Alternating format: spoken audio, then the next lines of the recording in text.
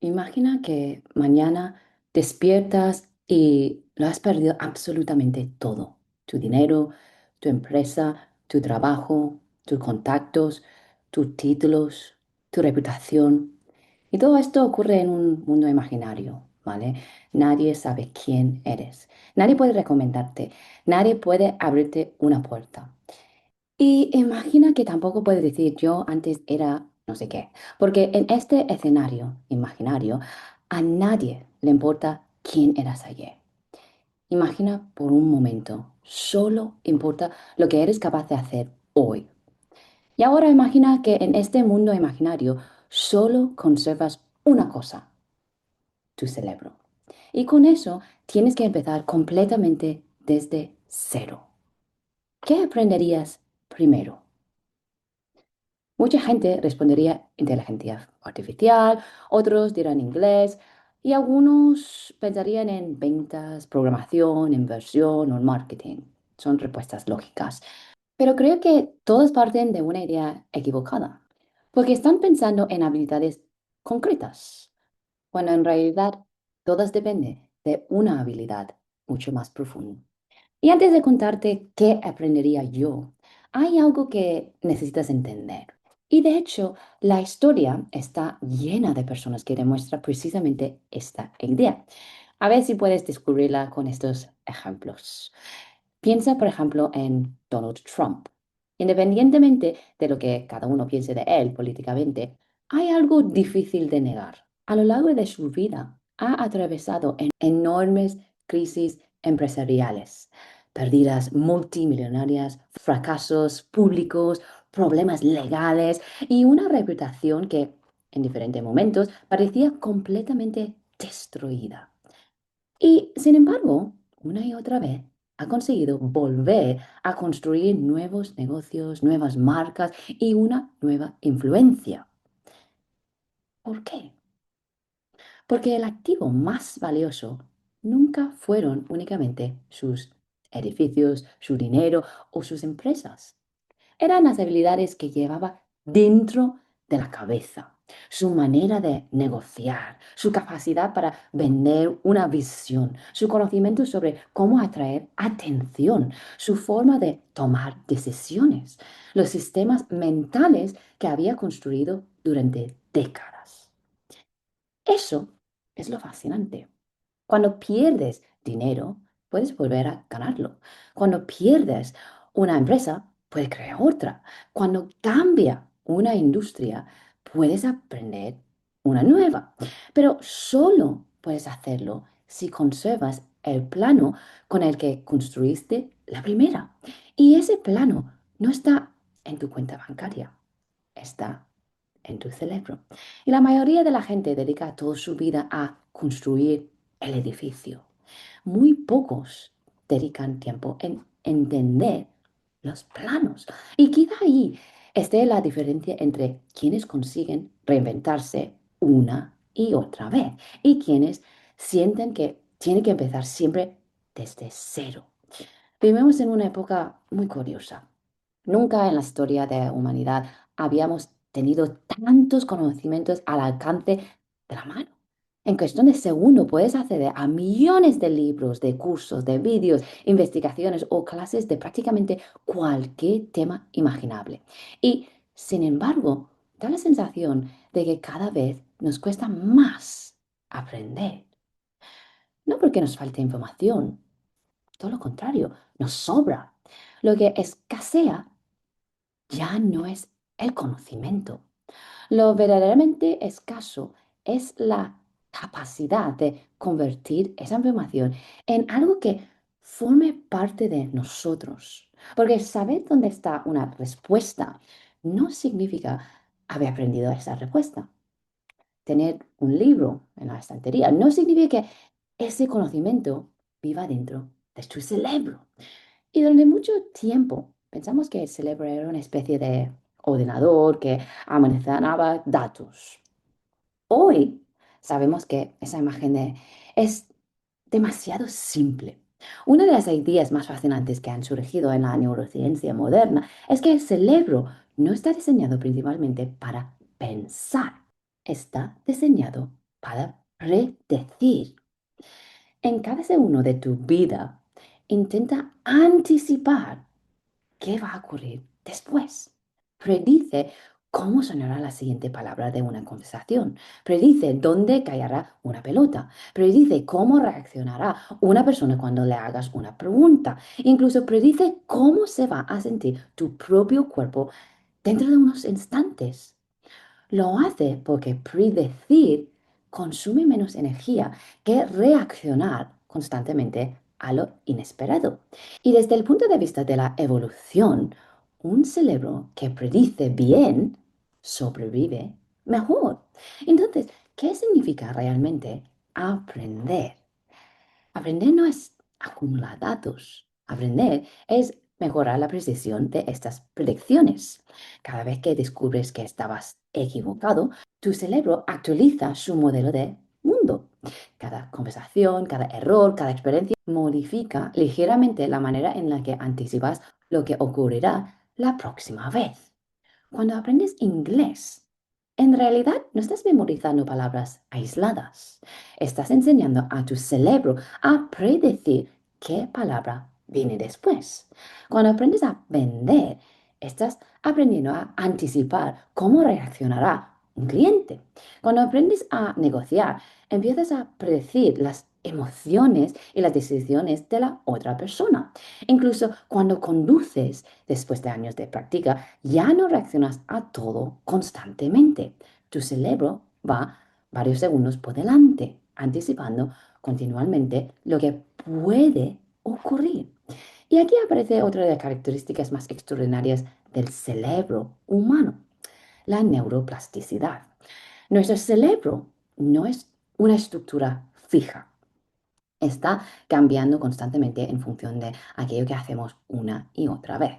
Imagina un campo lleno de hierba alta, por ejemplo. Si cruzas ese campo una sola vez, apenas dejarás una marca. Pero si recurres exactamente el mismo camino todos los días, poco a poco aparecerá un sendero. Y con el tiempo, ese sendero será el camino más fácil para volver a pasar. Algo muy parecido ocurre con las conexiones entre nuestras neuronas. Cada vez que activamos determinados circuitos, esos caminos se refuerzan un poco más. Y por eso solemos decir que el cerebro aprende construyendo carreteras. Cuanto más utilizas una, más fácil resulta volver a recorrerla. Y cuanto menos utilizas otra, más acaba desapareciendo. Y quizá por eso las personas que admiramos no son necesariamente las que nacieron siendo más inteligentes, son las que nunca dejaron de construir caminos nuevos. Piensa en cualquier emprendedor que haya tenido que reinventarse varias veces. Piensa en alguien que emigró a otro país sin hablar el idioma. Piensa en un músico que aprendió un instrumento con 40 años o en un deportista que cambió completamente su técnica. Lo que todos ellos tienen en común no es que supieran más, es que es que siguieron siendo principiantes una y otra vez. Y creo que esa es una de las calidades más infravaloradas que existen. La capacidad de volver a empezar sin el que el ego te lo pida. Existe una historia que ilustra muy bien el poder de nuestras expectativas. Durante décadas, entrenadores, médicos, expertos estaban convencidos que el cuerpo humano había alcanzado su límite cuando corría. Algunos incluso advertían que intentar correr más rápido podía ser peligroso o hasta provocar la muerte. Y sin embargo, en 1954, Roger Bannister hizo lo que parecía imposible. Recorrió la milla en 3 minutos y 59 segundos. No murió. Su cuerpo no colapsó. Simplemente demostró que aquel supuesto límite nunca había sido una barrera física para él. Pero lo realmente interesante no fue su récord de milla menos de 4 minutos. Lo fascinante fue lo que ocurrió después. En los meses y años siguientes, otros corredores empezaron a romper esa misma barrera una y otra vez. Evidentemente, no fue únicamente gracias a Roger Bannister. También mejoraron los entrenamientos, la preparación física y la competición. Pero hay algo que cambió de un día para otro: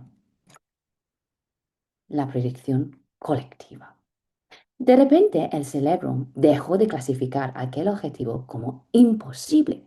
La biología no evolucionó en unas semanas. Lo que cambió fue la expectativa de lo que un ser humano podía conseguir. Y quizás estás preguntando, ¿qué tiene que ver todo esto contigo? Muchísimo, porque todos tenemos nuestro propio muro de los 4 minutos. Para algunos es hablar inglés delante de otras personas.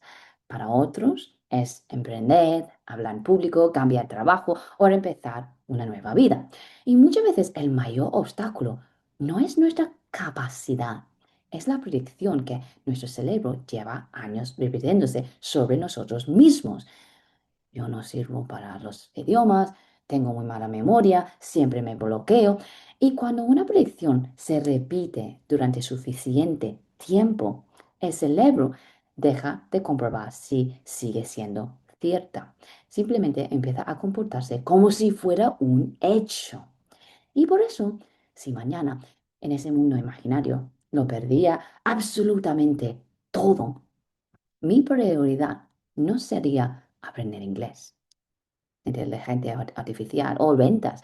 Mi prioridad sería reaprender a aprender, entender cómo funciona mi cerebro, cómo crea creencias, cómo hace predicciones y sobre todo cómo cambiar esas predicciones cuando ya no me sirven. Porque una vez entiendes cómo aprender tu cerebro, cualquier habilidad se vuelve mucho más fácil de reconstruir.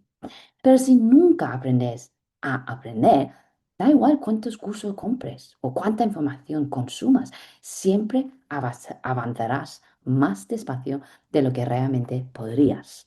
Y precisamente para demostrarte el poder que tienen esas predicciones, quiero proponerte un pequeño experimento. Imagina que sostienes un limón entre las manos. Observa su color amarillo intenso. Nota el peso en tus manos. Coge un cuchillo y córtalo lentamente por la mitad. Escucha el sonido de la piel al abrirse. Ahora, acércalo a tu nariz. Puedes oler ese aroma ácido tan característico del limón. Ahora, acerca una de las mitades a la boca y dale un mordisco enorme. Siente cómo el zumo llena tu boca, cómo la acidez invade la lengua, cómo se contraen los músculos de la cara. Y vamos a hacer una pausa un momento para reflexionar. ¿Ha pasado algo? ¿Qué sensaciones notas? Es muy posible que tu boca haya empezado a producir saliva. Quizá incluso hayas hecho una pequeña mueca de acidez. Y sin embargo, durante todo ese tiempo no ha habido ningún limón delante de ti. Lo único que ha existido ha sido una idea. Y aún así, esa idea ha sido suficiente para provocar una respuesta física real en ti. Eso es lo fascinante del cerebro humano. Cuando imaginamos una experiencia con suficiente intensidad, muchas de las mismas redes cerebrales que participan cuando vivimos esa experiencia de verdad también se activan.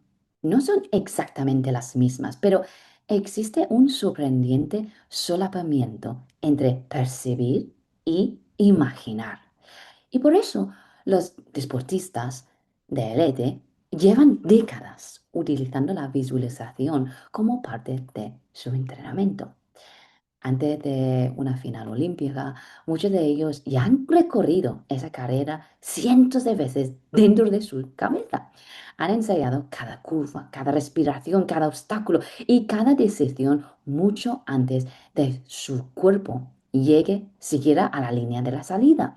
La visualización no sustituye al entrenamiento físico, pero prepara el cerebro para reconocer esa situación como algo familiar cuando finalmente ocurre.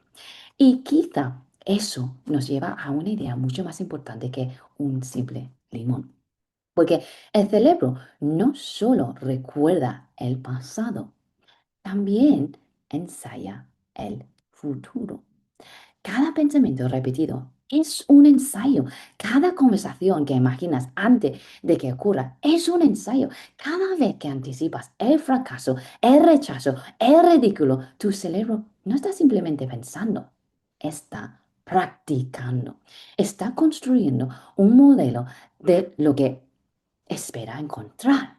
Estás preparando tu cuerpo para responder a una realidad que en la mayoría de los casos todavía ni siquiera existe.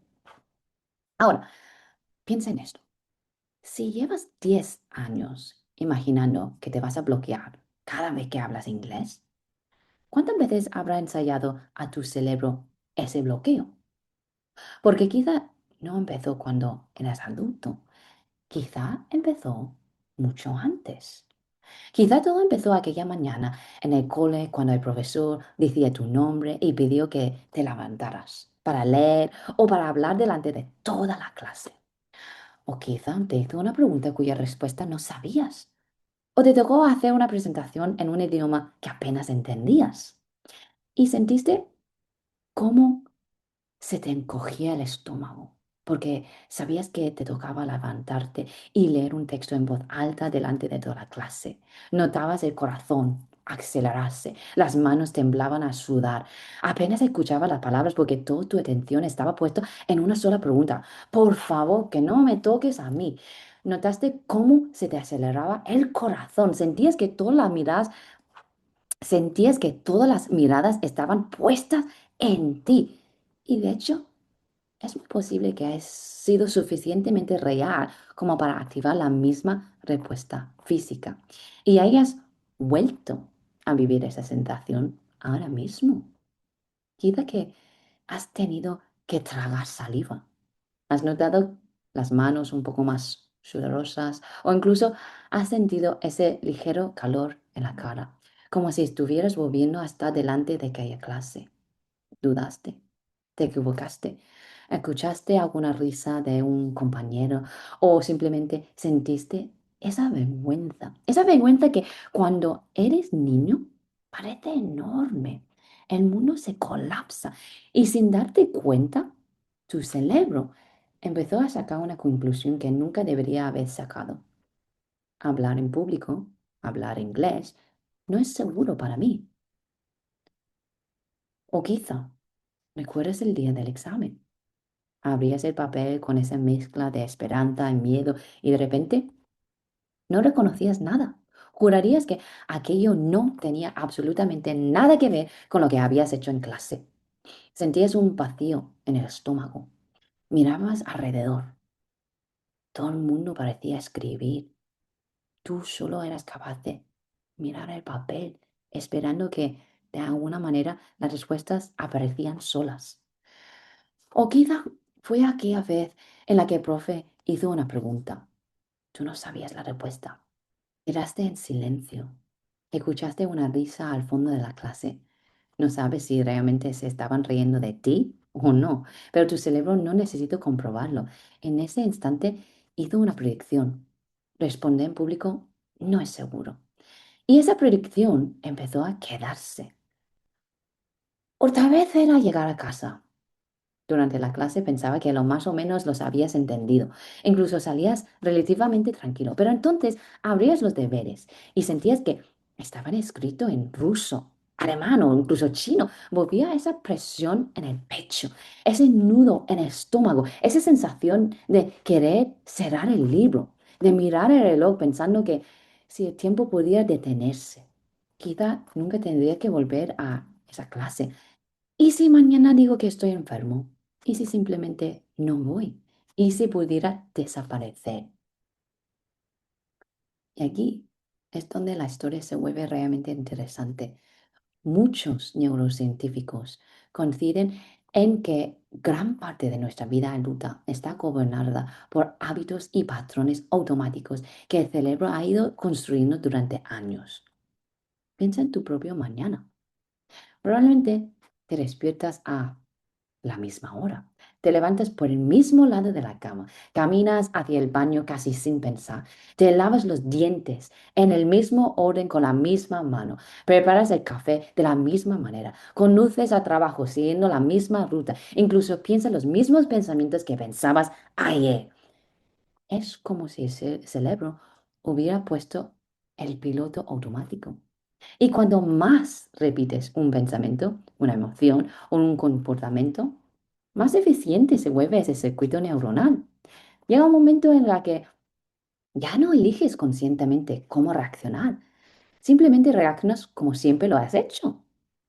Y por eso, cambiar parece tan difícil.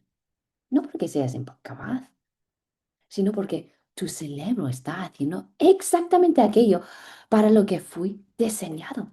Ahorrar energía utilizando los mismos programas una y otra vez. Si durante años tu sistema nervioso ha asociado el inglés con tensión, vergüenza o miedo a equivocarte, cuando vuelves a encontrarte delante de una conversación en inglés, no será solo un idioma lo que aparecía delante de ti. También aparecía el programa que llevas años enseñando. Y ese programa no desaparece porque alguien te explique un tiempo verbal. Desaparece cuando consigues enseñarle a tu cerebro una experiencia diferente. Y lo curioso es que desde fuera parece que todo esto solo son recuerdos, pero para tu cerebro fueron entrenamientos. Cada una de esas experiencias no solo te enseñó gramática, inglés, hablar en público, le enseñó a tu sistema nervioso que qué debía esperar la próxima vez. Así que la siguiente vez que escucho inglés, tu cerebro no solo recuerda palabras begin, began, begun. Eso te lo sabías. Pero cuando llegó el momento de responder delante de tu profesor, tu mente se quedó en blanco, porque no estaba recordando únicamente vocabulario, estaba recordando la vergüenza, la incertidumbre, el miedo a equivocarse, la sensación de estar siendo juzgado. Y cuando un cerebro anticipa peligro, dejar de centrarse en aprender, su prioridad cambia por completo. Ya no intenta encontrar la respuesta correcta, intenta proteger. Y por eso, años después, muchas personas creen que tienen un problema con inglés, cuando en realidad lo que tienen es un cerebro extraordinariamente eficiente haciendo exactamente aquello para lo que fui diseñado, predecir. Y si durante años la predicción ha sido, aquí voy a quedar en ridículo, entonces no es extraño que tu cuerpo se bloquee, incluso antes de abrir la boca. Lo extraño sería que no lo hiciera. Lo extraño sería que no lo hiciera. Si llevas años diciéndote que no eres bueno aprendiendo idiomas, ¿cuántas miles de veces habrás reforzado esta autopista neuronal? Si cada vez que surge una oportunidad nueva, tu primer pensamiento es, seguro que no soy capaz, te das cuenta de que quizá, no estás reaccionando a la realidad. Quizá estás reaccionando al entrenamiento invisible que tu propio cerebro lleva años repitiendo. Y entonces entendemos algo extraordinario. Tal vez las personas que admiramos no nacieron con más confianza, no nacieron con más talento y ni siquiera nacieron con una mejor memoria.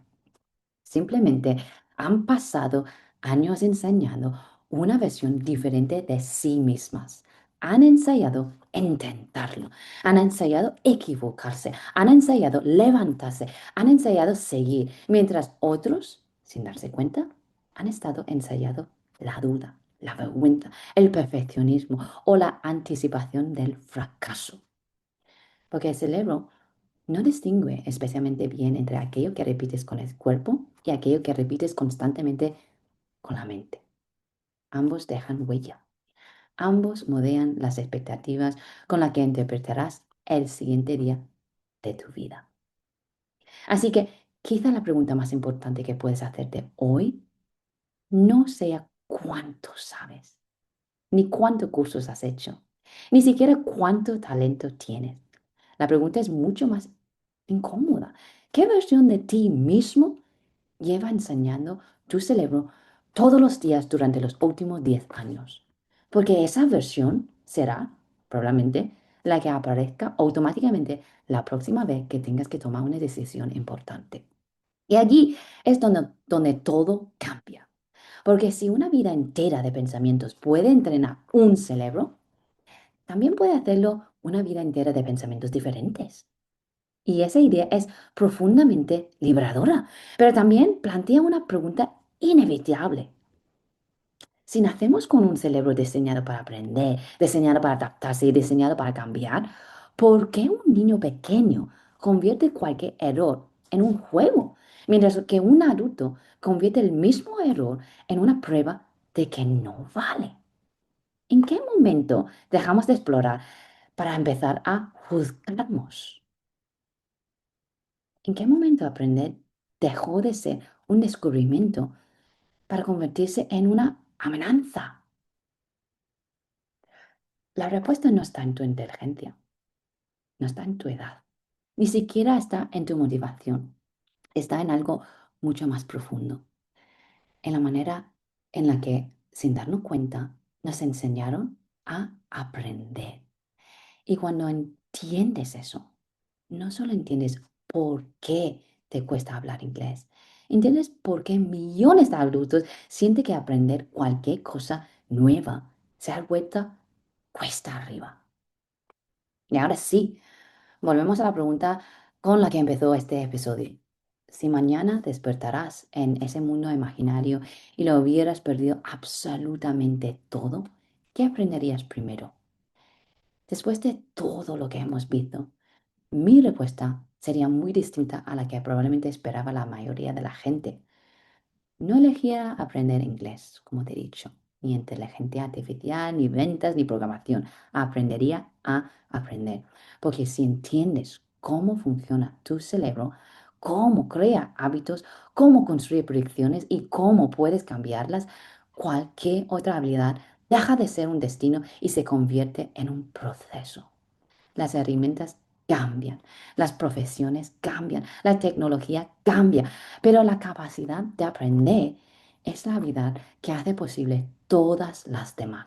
Y quizá por la primera vez entenderías que el verdadero problema nunca fue el inglés, es la forma en la que tu cerebro había aprendido a enfrentarse al aprendizaje.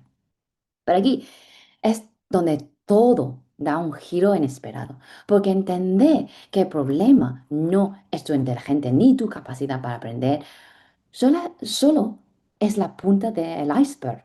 La verdadera pregunta es mucho más incómodo. Si nacemos siendo extraordinarios aprendiendo, ¿quién nos enseñó a dejar de hacerlo? Y sobre todo, ¿qué ocurrió para que millones de adultos acaben convencidos de que aprender tiene que ser difícil? Cuando descubres la respuesta, ya no vuelves a mirar el aprendizaje, ni en inglés, ni en trabajo, ni tu propia vida, de la misma manera.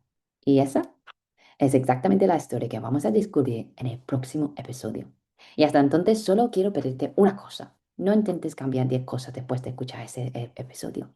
Cambia una. Tu cerebro siempre necesita pruebas antes que promesas. Esta semana rompe un piloto automático. Haz algo de una forma diferente. Aprende una habilidad que siempre has pensado que no era para ti.